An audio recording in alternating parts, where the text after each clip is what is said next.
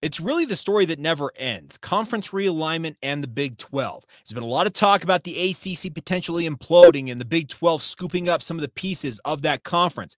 But in reality, should they be looking out here to the Western United States to help out BYU and their fellow Western wing? We're talking about that on a crossover edition of Locked On Big 12 and Locked On Cougars.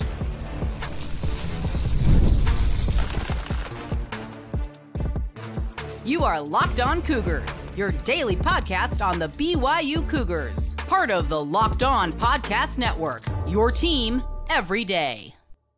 Happy Thursday, everybody. Welcome to a Locked On Big 12, Locked On Cougars crossover. I'm Drake Toll from the #1 Big 12 podcast in the country, Locked On Big 12. That is Jake Hatch of Locked On Cougars, bringing you all things BYU every single day as a part of the Locked On Podcast Network. Today, we're going to go through how BYU is ready to expand out west, though. All this ACC talk is getting a little too far from teams like Arizona, BYU, Arizona State, and the like. Also, middle segment, BYU schedule, not as bad as I thought it was a month ago, and we'll end with who will be the offensive star for the Cougars. Off the riff here, it matters for the entire conference expansion. It's a big topic right now.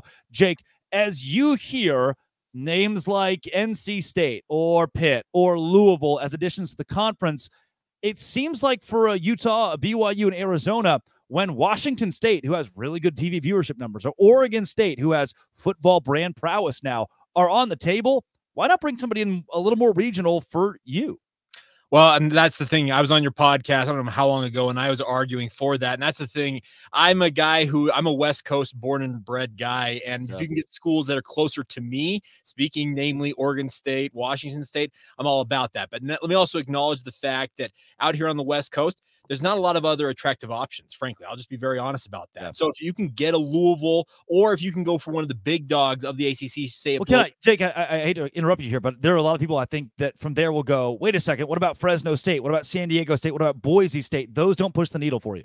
Here's the thing. They all have brand power in certain segments. Let's say San Diego State, they got basketball.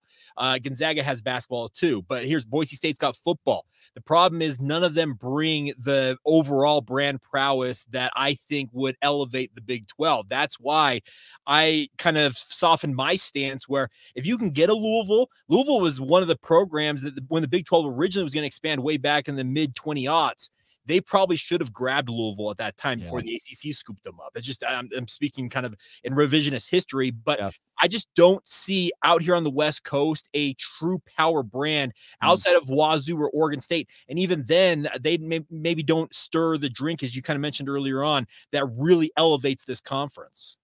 The fact that Washington State loses its athletic director to Washington and gets buried in like this quasi Mountain West scheduling thing.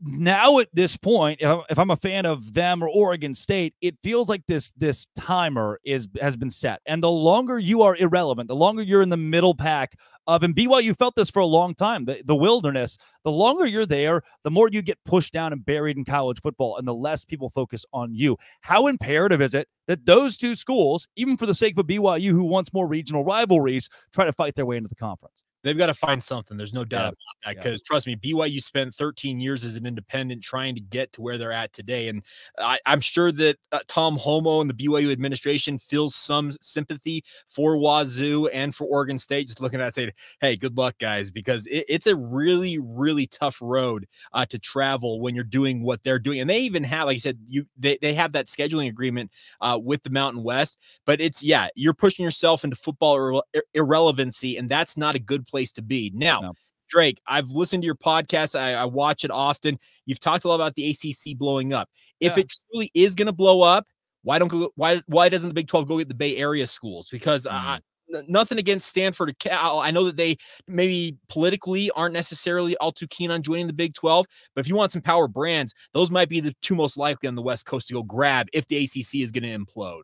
I love that you went there, Jake, because now you're adding teams that are much closer to BYU than a Wake Forest or a Miami here. That Cal and Stanford, did those push the envelope for you? I mean, if given the option of NC State and Virginia Tech or Cal and Stanford, where do you lie?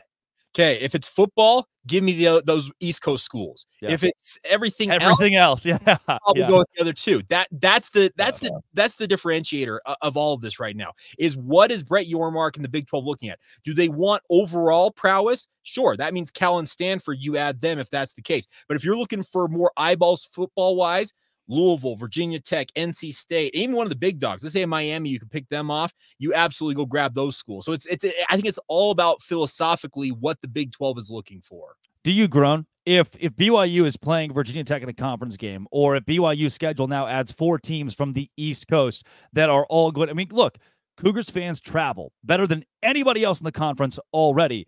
But instead of traveling to, say, the Bay Area, you're traveling to the middle of the Outer Banks. Yeah. Is that something the BYU fans want to do, or is that not a? Well, I think BYU fans got very used during their independent run of traveling literally all over the country. I remember I have a cousin who lives in Murfreesboro, Tennessee. He's a professor at Middle Tennessee State University, and he reached out to me. BYU played a game there. I don't remember what year it was, and half of the stands at MTSU were BYU fans. They go literally everywhere. They've gone to Georgia State. They've gone to these different places. Not Georgia State. They went, but nonetheless, they've got Georgia Southern. That's who it was. That's it. Yeah, Statesboro. They've gone all over the country. So, yeah, I think that there'll be BYU fans that would like to have some more regional trips. Yeah, being able to make the trip to the Bay Area, that's a really short flight and an easy trip to make if you're a Cougar fan living in Utah and the Intermountain West. But at the same time, BYU fans are well aware of the brand prowess that a Virginia Tech and NC State, Wake Forest can bring. And traveling to those places, I think would be actually a thing that BYU fans would embrace, because it's not something you're making the trip every single year. There's enough schools in this conference right now that it's going to be every 3 or 4 years that you have that opportunity. So I think it keeps it fresh enough that you would be intrigued about maybe going to Raleigh, North Carolina every so often. I don't hate BYU's schedule as much as I did a couple of months ago, and maybe I need to convince myself that the Cougars have a chance to go to a bowl game this year, but I have you here to do that, Jake, here on Locked On Big 12, Locked On Cougars, part of the Locked On Podcast Network, your team every day. Today's show is brought to you all by eBay Motors. Keep your ride or die alive. I have a car sitting outside right now. It's a Nissan Maxima 2016 model. And every time I drive, it's got this little sound underneath it. There's a big plastic piece that as I drive makes noise. So I cut it off with a pair of scissors or pliers or whatever that I used to cut it off. And I'm going to shoot you straight. Not the best thing to do. I went to eBay Motors and said, eBay Motors, how do I not do this anymore? Can I get the part from you? And they said, yes, with passion, drive, and patience, you can keep your ride or die alive at ebaymotors.com. They have millions of parts, and with eBay's guaranteed fit, they are guaranteed to fit. With 122 million parts, eBay has what you need. Keep your ride or die alive. ebaymotors.com. Eligible items only. Exclusions apply. eBay guaranteed fit, only available to U.S. customers. That is ebaymotors.com. Jake Hatch, Locked On Cougars. Drake Toll, Locked On Big 12. BYU schedule is one that when I initially looked at it, thought, oh, that's not good. Arizona and Kansas State. And I don't think Baylor's good, but going on the road is not great. And Oklahoma State's good. You got to go to Orlando. There are games here that certainly, look, let's be clear. BYU at 8-4 is going to be a great season. There are games that BYU is going to lose. They're not going to go undefeated. However, as the more I look at a Southern Illinois, which is a win, an SMU, who I watched lose to Boston College in a bowl game, a Wyoming, a very tough game on the road, but still BYU's the better football team. And then, sure, you get Kansas State, which is tough, but I think Baylor, not just a winnable game, I have BYU winning that game. You've got Arizona State, Houston at the end of the schedule. Now, I see 6 that I just don't know how BYU loses. I'm sure they could, but I see 6 where I still believe BYU's the better football team. Am I buying in the Cougar tail is a little bit too hard? Well, hey, I'll get you Cougar till the next time you're out here. I promise you that. But I think you're right, because you look at the schedule, and when you're doing BYU's kind of the math, the path to bowl eligibility, you're looking for wins. Yeah, the 3 non-conference games. If BYU wants to go bowling, you've got to sweep those games. You've got to beat Southern Illinois. You got to go to SMU and win there, and you got to beat Wyoming. Now, they're very tough games, I think, both at SMU and Wyoming, but you got to win those. And then you're right. The final 2 games of the year, Arizona State and Houston. yeah, they should be improved by the end of the year, but they're in the same vicinity in my mind of where BYU is going to be picked in the preseason poll. So you win those 2 games, that's 5 wins. And then Baylor, yeah, Baylor's a bit of an enigma out there. What are they ultimately going to look like? And you have to go down to Waco to play that game, but that's 6 wins if you can pick those off alone. So along the way, if you at home, BYU has been a very, very solid program. Kansas State coming in for the very first Big 12 home game of the season. I know Kansas State's a very, very good team, but I can tell you, Cougar fans, they're going to be absolutely juiced for that game in terms of being at Lavelle Edwards Stadium. And going to UCF, the thing is, I think BYU, the whole goal this season is to get to the bowl season. So getting to 6-6, that's the whole goal for the Cougars at football-wise. And you're right, looking at the schedule, there appears to be games that BYU should be the favorite in. And I think there's, probably 5 or 6 that they should be favored in. By the time BYU gets to Waco against Baylor, and sitting at 3-1, people are beginning to talk. That is the goal. BYU being 3-1 at that point. Kansas State is tough. I assume out of those first 4 games, you're going to drop 1. Then you go to Waco, where at that point, Baylor will be porous enough that you got a chance to pack out the stadium and have more BYU fans than Baylor fans and turn it into Provo East. The Arizona game being at home. And I think, Jake, one thing I do go back to what you alluded to with Lavelle Edwards Stadium. Last year, there was BYU, and then there was BYU home night game. And it feels like most years that is probably the case because of the magic that Provo presents. Is that going to give you a leg up enough, though, to beat an Arizona or an Oklahoma State?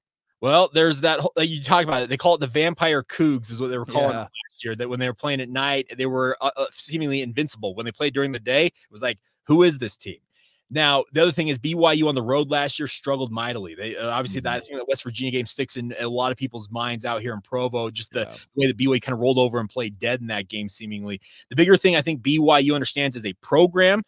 Talking with people around the program, they were embarrassed. They started the season 5-2 last year. There was a lot of talk about could they get to 6, 7, 8 wins and where could this ultimately end up? And then they suffered a 5-game losing streak, and that has stuck in the craw of everybody in that program, and they want to get back on top. So yes, I think they're understanding that they have to play better, whether it's day game, away, no matter when that game is scheduled, they've got to bring it every single time. And I think this program learned a lot last year, especially that humbling 5-game losing streak to end the season.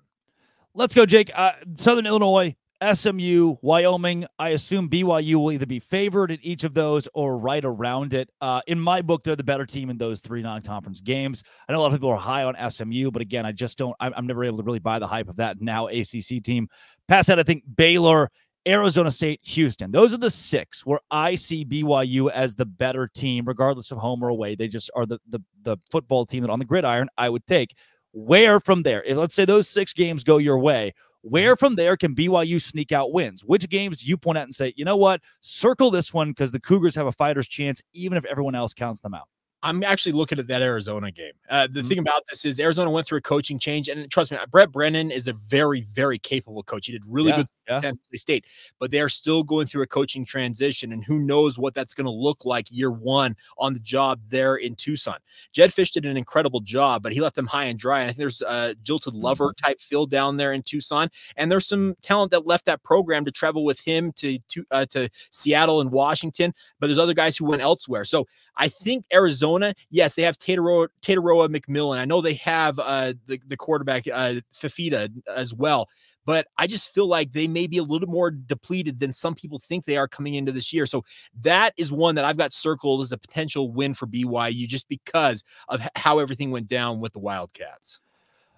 We've given the ceiling. This has been a very positive segment here about BYU. Jake, let's touch on where things could go wrong. And even if you ask an outside source, somebody out there may say, oh, well, they'll lose to SMU and Wyoming. And well, they'll by then Houston might be improved. I mean, there are people who are going to poke holes in all of this. What is that worst case scenario? What is the floor for the Cougars?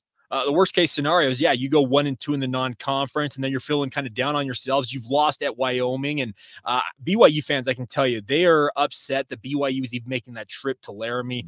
Tom Homo, their athletic director, said, hey, we want to be a good friend to these programs who helped us out during the independent era. Now, going to Laramie, that would be there's a whole famous quote from Lavelle Edwards Drake about, I'd rather lose and live in Provo than win and live in Laramie. It's lived on for 4 decades now since he made that quote after a loss up at Wyoming during the WAC era for BYU. So yeah, they go 1-2 out of the gate. Then at that point, I think Cougar fans, there's a lot of heat on Kalani Sitake, his coaching staff as a whole.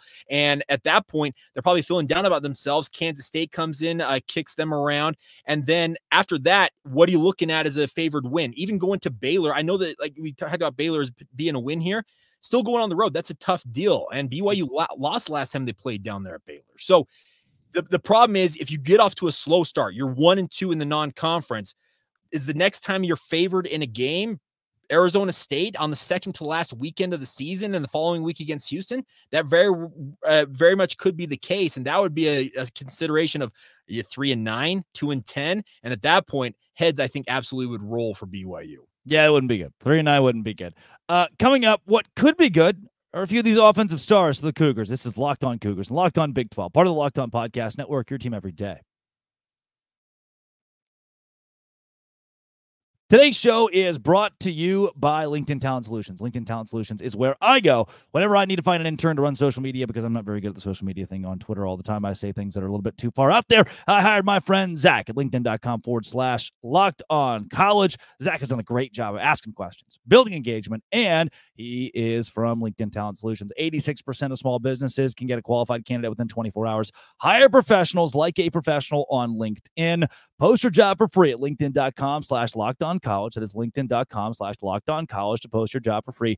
Terms and conditions do apply. It is LinkedIn.com where you can find the next big hire for your small business or independent business. LinkedIn.com. Jake Hatch of Locked On Cougars covering all things BYU. Drake Toll from Locked On Big 12. Who's the guy? When you look at the BYU offense and say, all right, something's got to change based on the last couple of games last season. Is it Gary Bohannon, Jake Retzlaff? Who's the guy where you go, all right, on our cover of EA Sports 25, this is the Cougar?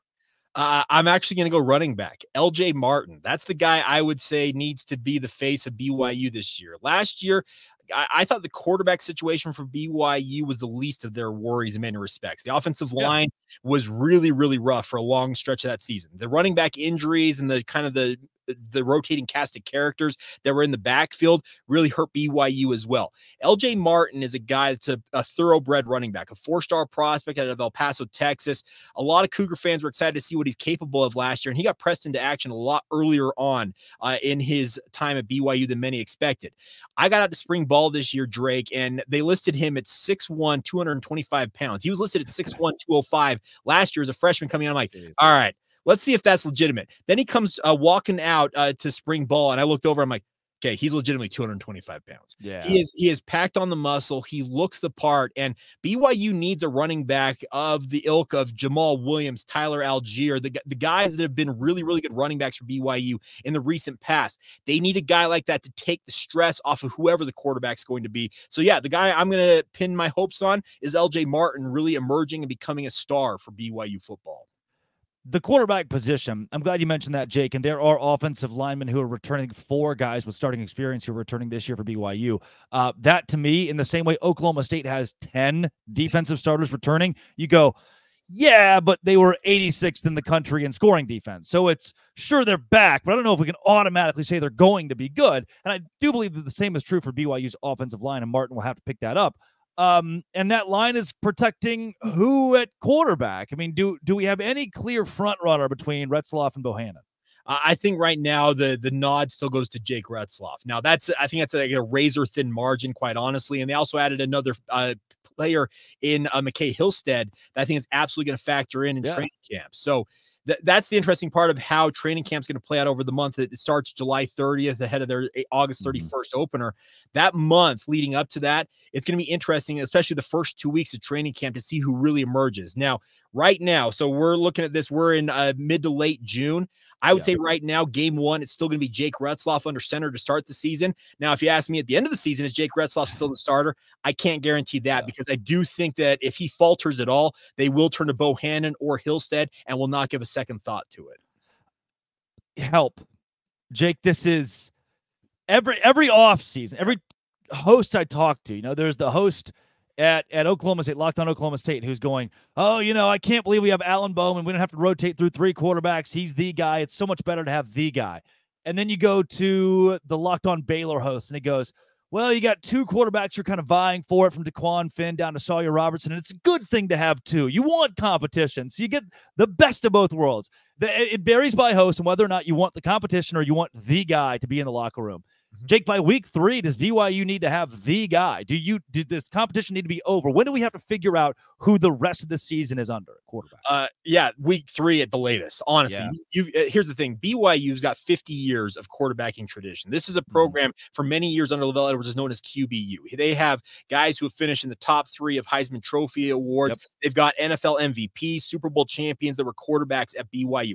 Cougar fans know good quarterbacking when they see it, and they've been benefited. The last 2 quarterbacks that started for them before last season were Zach Wilson and Jaron Hall. So they know who have started NFL games somehow. Yeah, exactly. So they know good quarterbacks when they see them.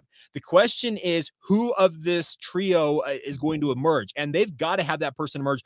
Week 3, that's the very latest. I think in their heart of hearts, BYU staff would like to have a guy come out in the first 2 weeks of training camp, essentially say, he's the guy. He's emerged. He has separated himself from the pack, and they're able to ride that guy for the entire season. But having a capable backup, it's absolutely a necessity. But you don't want to have the whole thing. Having 2 quarterbacks means you have none. That's absolutely true in this case. So the Cougars have got to find somebody. And yeah, week 3 is probably the very latest until they settle on that. From the standpoint of wide receiver for BYU, I don't know if I've heard enough. Okay. How do you feel about the position? Because I, in preparation for our interview today, I was like, you know what? I'm going to go not just to the KSLs of the world, but also to the BYU website and let's see what the media guide looks like. And I thought the one prevalent thing that we're missing almost everywhere, to me at least, is receiver. Where are the guys that you think will step up and play a big role in that position? Well, the nice part is they're bringing back their top 7 pass catchers. Now, one of them, Keanu Hill, has moved to tight end, and I think he's going to be an absolute weapon at that position. He's bulked up. Then why are we talking about the top 7? Yeah, why are we all leading our articles with this? Anybody who's listening right now, just lead with that. They should absolutely, because I have been talking to some people around the program. The name Darius Lassiter continues to emerge as a guy that was really, really good during spring ball. Now, he was a guy that was quite good at points last year. He had some very phenomenal moments, but there was there'd be a highlight and then he'd kind of disappear for a little bit. They need him to emerge as that quote unquote alpha at wide receiver. But even if it's not him, if it's a Chase Roberts or Cody Epps, or if Keanu Hill at tight end becomes the star that something people think he can be in his final season in a Cougar uniform, yeah, they have a lot of guys that are very good with the ball in their hands. The question, I think, in most people's minds is who's getting the ball into their hands at quarterback. Yeah, I love it. I had to pull it up here. The BYU release says 5 experienced receivers. And that's it. That's all they give, the nod to the pass catchers. And maybe that goes to show how by committee it was last year, that you didn't have one all-star stand. And Keanu Hill now being at the tight end spot is going to be an adjustment that it hopefully opens up the BYU offense even more. Jake, before we get you out of here, for the Cougars, for the offense, is that the side of the ball where you're going to lean on this? Because I know the defense with Ben Bywater back and healthy at linebacker is what I look at. Is the offense just going to need to be a decent byproduct of what the defense gives you? The offense is still going to, I think, have to carry the defense in certain circumstances, because I just think there's question marks along the defensive front in particular. The defensive line, they need to have some guys step up and just establish that they can hold up against power running attacks. You mentioned Oklahoma State, the Ollie Gordons of the world, even some of the lesser running backs in this league. White, there's all across the conference, So they've got to be able to prove they can hold up against rushing attacks of other teams. But BYU's offense outside the quarterback position, I think, is upgraded across the board. So if you can get even just steady quarterback play, I think that's enough to lift this program to a 6-win mark. Now, that's me saying that in June, and obviously we'll see how it plays out during the season, but there are going to be certain circumstances where the offense is still going to have to carry that defense. I think Jay Hill is doing a lot of good work in overhauling this defense and getting it to play at a higher level. I still feel like it might be a season away before he really gets things where he wants it to be. Yeah. Jake, if folks who listen to Locked On Big 12 want to find more of you, where can they get it? Search out Locked On Cougars wherever you get your podcasts. We're also on social media, Facebook, Instagram, or Twitter under that handle. You can see it if you're watching this on YouTube. My personal handle, Jacob C. Hatch. Reach out anytime. We love talking BYU. We also mix in a lot of Big 12 topics along the way as well. And I am a big fan of your podcast as well. So I'm an everydayer of Locked On Big 12 as well. That's awesome. And my podcast is Locked On Big 12. Thanks for making these two shows your first listen every single day. Find even more of these wherever you get your podcasts and on YouTube, as Jake said. This has been, and it always will be, Locked On. Thanks for making it your first listen every single day. Cougars and Dose Grande.